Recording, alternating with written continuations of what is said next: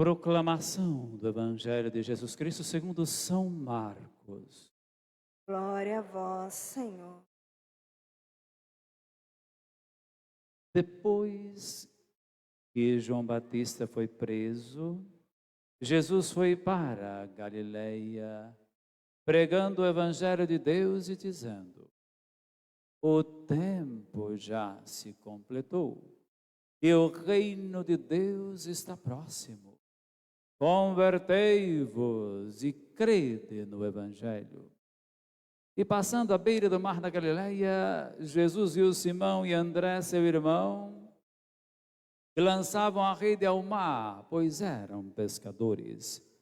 Jesus lhes disse: segui-me, e eu farei de vós pescadores de homens. E eles, deixando imediatamente as redes, seguiram a Jesus. Caminhando mais um pouco, viu também Tiago e João, filhos de Zebedeu. Estavam na barca consertando as redes, e logo os chamou. Eles deixaram seu pai Zebedeu na barca com os empregados e partiram seguindo Jesus.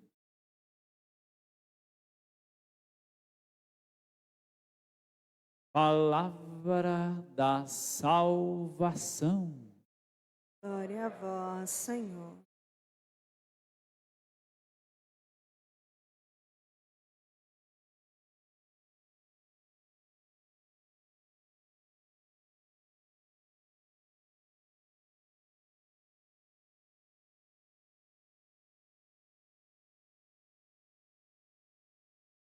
O reino do céu está perto. Convertei-vos, irmãos, é preciso. Crede todos no Evangelho. Amados irmãos e irmãs em Cristo Jesus, você também que nos acompanha por redes sociais, também saudação especial. Nós estamos no tempo comum, esse tempo do discipulado e o tempo da missão. Missão não no sentido de que nós temos realmente algo a fazer, mas mais do que isso, o Papa Francisco, na Evangelii Gaudium, a alegria do Evangelho, vai nos dizer que nós não só temos missão, mas nós somos uma missão. Bem diferente, não é verdade? Nós que aqui estamos neste mundo somos uma missão. Diz assim o Papa Francisco na Evangelii Gaudium. Nós somos uma missão. E estamos celebrando o terceiro domingo do tempo comum, no ano B da liturgia, que é o ano de Marcos. Inclusive eu vos convido a todos os que aqui estamos, que estão em casa, a fazer a leitura do Evangelho de Marcos. Apenas 16 capítulos, é mais resumido, referência aos outros evangelistas. Então, vamos fazer a leitura. Ao longo deste ano, possamos, claro, nós vamos estar ouvindo o texto, a leitura semi-contínua, inclusive começamos hoje essa leitura que vai seguindo durante o ano litúrgico. Mas seria interessante que pudéssemos fazer isso em casa, na nossa casa, ler o Evangelho de Marcos. Importante, porque é necessário que nós tenhamos conhecimento da pessoa de Jesus. E nada melhor do que o Evangelho. Para se ter um contato direto, imediato com Jesus, é a leitura do Evangelho. Não é o único, claro, não é. Mas é o modo em que nós entramos em contato direto, imediato com o Senhor, com o seu Evangelho. Então não vamos deixar de fazer isso. Vamos fazer isso. Vamos ler o texto do evangelista São Marcos. Estamos hoje celebrando, foi instituído pelo Papa Francisco em 2019, o terceiro domingo do tempo comum como domingo da palavra. Lógico, todo dia, todo domingo é dia da palavra de Deus. Mas é uma forma também de nos despertar para a importância e a centralidade que essa palavra deve ocupar ou deve estar em nossa vida. Aqui no Brasil nós temos então, já é tradicional nossa, há mais de 50 anos, temos um mês inteiro, o mês da Bíblia, que é em setembro, um mês dedicado à palavra de Deus.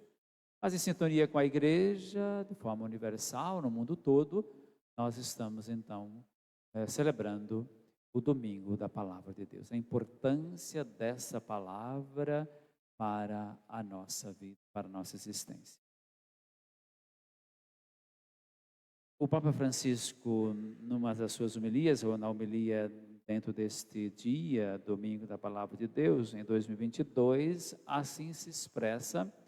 Claro que a homilia está de acordo com os textos bíblicos, não são os mesmos de hoje, porque era ano C da liturgia, o ano de Lucas, nós estamos no ano B, que é o ano de Marcos, mas vale o que aqui se encontra e peço a atenção de todos.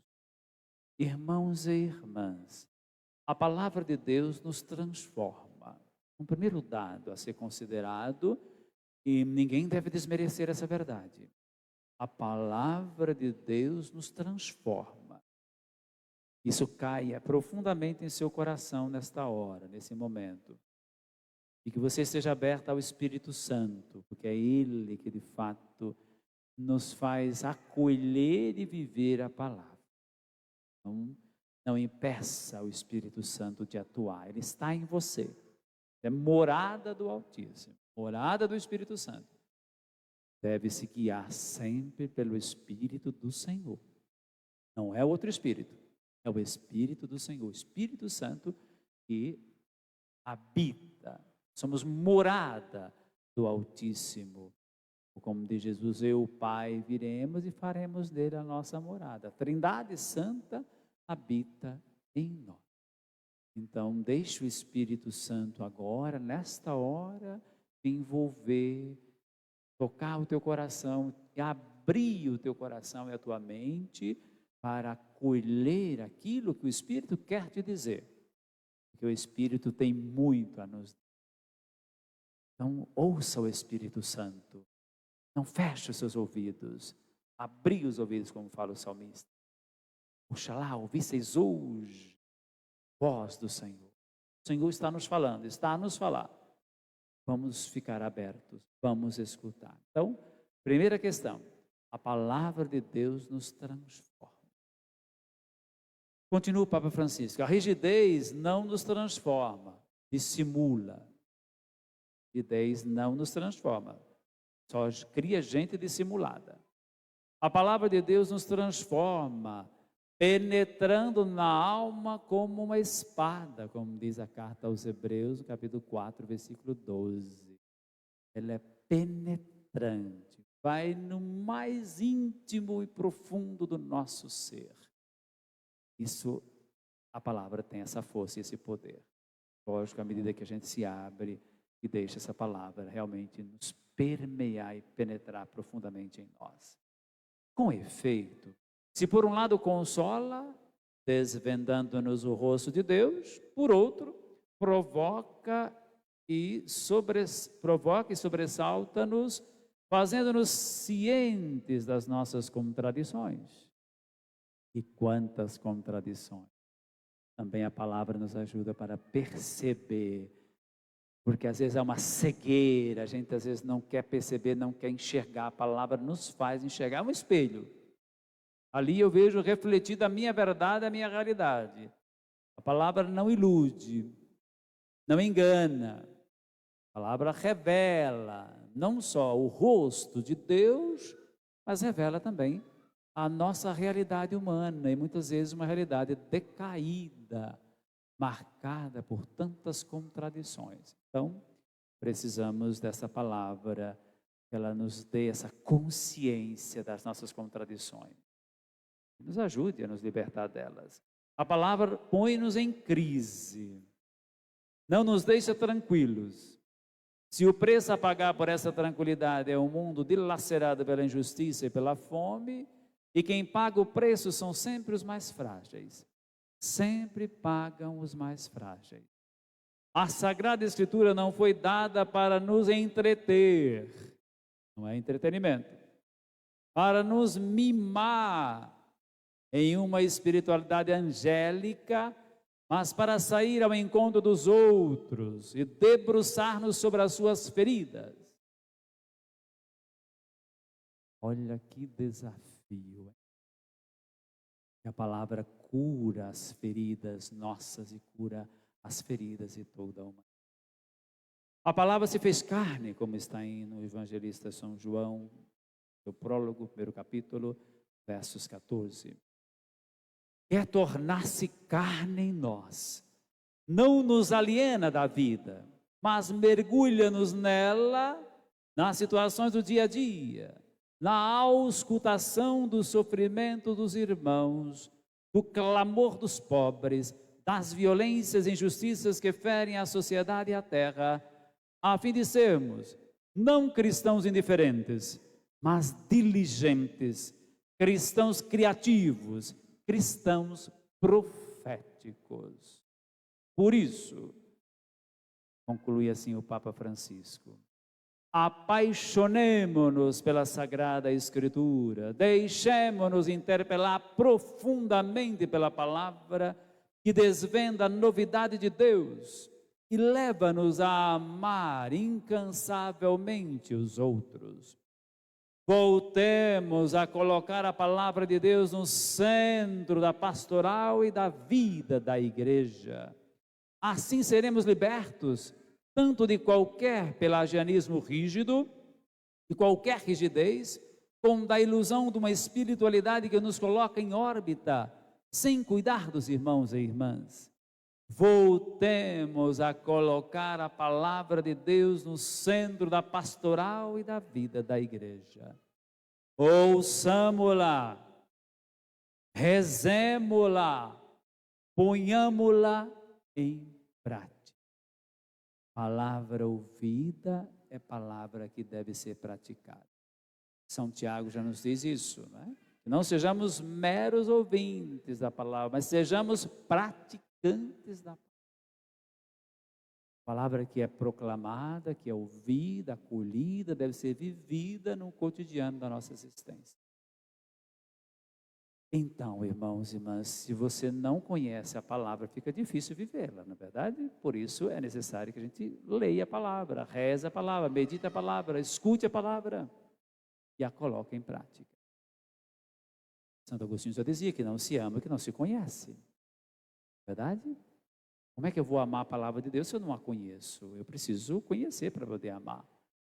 E quando eu conheço, eu amo, e quanto mais eu amo, mais eu quero conhecer. Assim que se dá, é um dinamismo. Aliás, a palavra também nos coloca num dinamismo, ela não nos deixa ficar acomodados. Não, a palavra não nos faz acomodados, preguiçosos, lentos. Não, ela não faz, ela movimenta a nossa existência, dinamiza a nossa vida.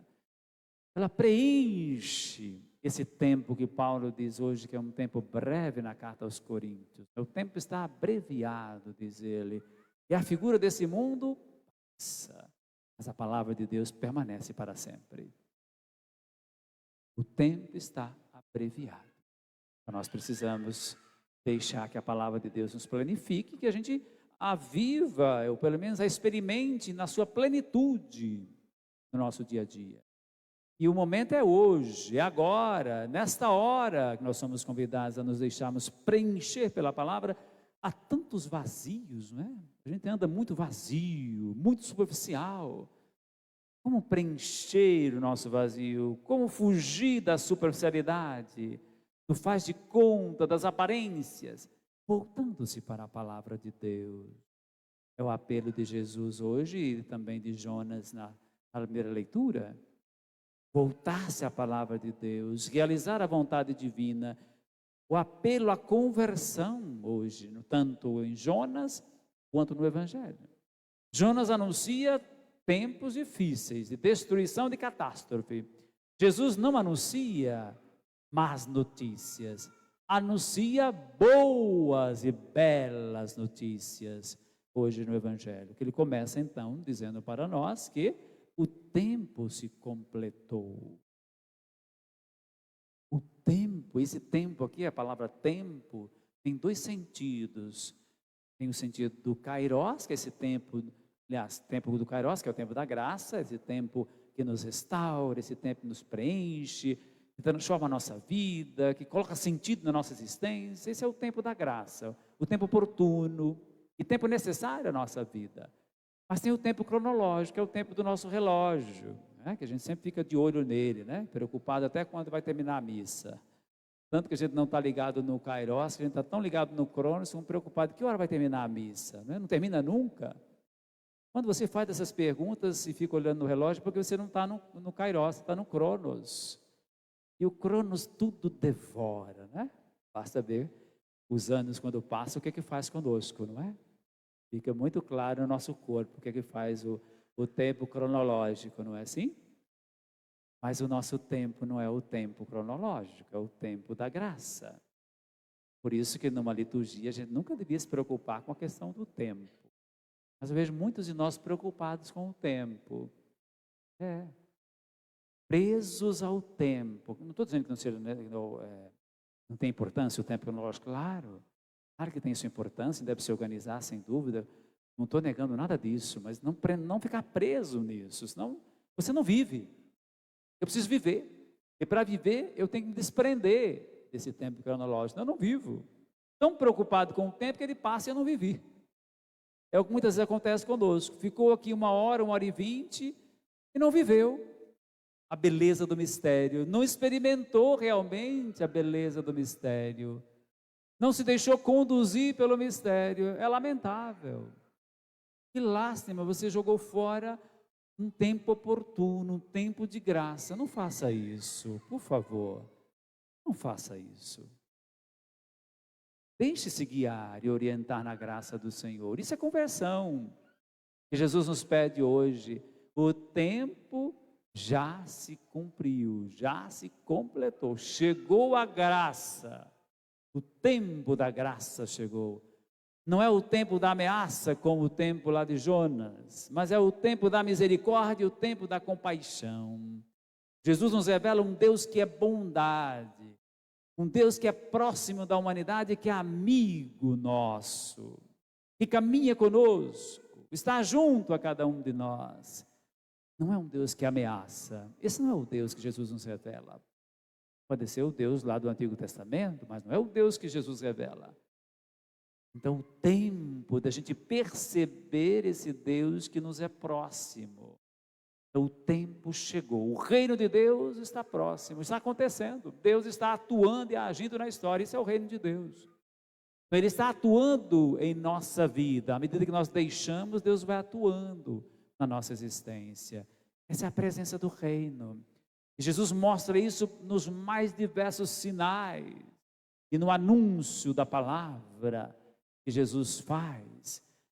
Sua paixão pelo Pai, sua paixão pelo reino e toda a dedicação que Ele tem por este reino. Deu a vida, inclusive, por esse projeto, que o reino é um projeto de vida. Eu vim para que todos tenham vida e a tenham em abundância. E como nós estamos carentes de vida hoje, nossa vida não tem mais aquela qualidade, aquele qualificativo, aquele gosto, aquele sabor.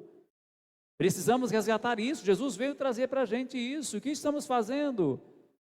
Com tão precioso dom que o Senhor nos deu, nos concedeu, com a graça, com todo o seu sacrifício, toda a sua entrega. O que estamos fazendo, irmãos e irmãs, dessa mensagem, que é uma mensagem que surpreende, única, uma novidade absoluta que nunca houve e não vai haver outra. É insuperável a mensagem de Jesus. Quando nós vamos entender isso? Quando nós vamos perceber isso? Que o Espírito Santo nos ajude. É o meu clamor constante. Que o Espírito Santo nos ajude a perceber esse Deus que nos surpreende e que traz uma novidade absoluta e que responde aos anseios humanos. Quando eu e você vamos enxergar isto e vamos nos voltar para isto? Aí Jesus continua, né, para poder a gente perceber e viver isso na inteireza do nosso ser necessário, diz Ele: convertei-vos e crede no Evangelho. Sem isso não é possível abraçar a causa de Jesus. Não é possível seguir os seus passos, ser seus discípulos e discípulas. Conversão e abraçar o projeto humanizador do Pai, que está revelado a nós na boa notícia no Evangelho. Então é preciso que a gente esteja aberto para acolher e para seguir os passos de Jesus como aqueles primeiros. É bonito isso, como Deus conta conosco. Ele não precisa, mas Ele conta conosco, porque Ele contou com aqueles e conta hoje comigo e com você. É você mesmo. Não pense que só aqueles daquele tempo ou outros que passaram. Não. Eu e você. No hoje da nossa história, o Senhor conta conosco. Nos quer como protagonistas no anúncio do seu reino, na edificação do reino, na propagação da boa notícia, da boa nova. Imagina. Mesmo sabendo que nós somos frágeis, débeis. Como somos frágeis. Quanta miséria, quanta coisa que são obstáculos à ação de Deus, mas mesmo assim, Deus confia em nós. Deus nos quer empenhados na missão. Já pararam para pensar nisso, gente? Ou a gente nem pensa, né? Nessas coisas, não sei. Às vezes dá a impressão de não pensa nessas coisas, não é? Olhando para a gente, quem somos nós? Imagina. E Deus nos convida para uma tarefa desta, confia em nós. Não confio apenas naqueles 4 primeiros. O número 4 é o número simbólico da totalidade, para dizer que todos, em todos os tempos, Deus conta nesse projeto. Então que a gente se entusiasme, se enche de força, de disposição, de alegria, porque ser chamado por Jesus gera uma alegria intensa, imensa. E nada e ninguém pode roubar de nós, inclusive. É o tesouro que a traça não corrói, né? Ferrugem não come, nem a traça corrói. Não tem como tirar de nós. E o ladrão também não rouba. Isso é algo interior, de dentro de nós. Então, o chamado do Senhor é um chamado para hoje. É um chamado para esse momento histórico em que vivemos, para colaborar na missão que é dele. A missão é dele. O projeto é do Pai, a missão é do Filho, e quem nos impulsiona é o Espírito Santo, para a gente realmente viver essa experiência bonita e anunciar uma boa notícia, uma boa nova, no mundo em que se anuncia tanta coisa ruim. Basta ver os nossos programas de televisão, né? Quanto pior, eles acham melhor para transmitir, não é? O mundo onde se propaga falsidade e mentiras, a chamada fake news. Nós precisamos desta palavra e dessa verdade, dessa boa e bela notícia, para viver realmente na plenitude que esse tempo da graça nos convida.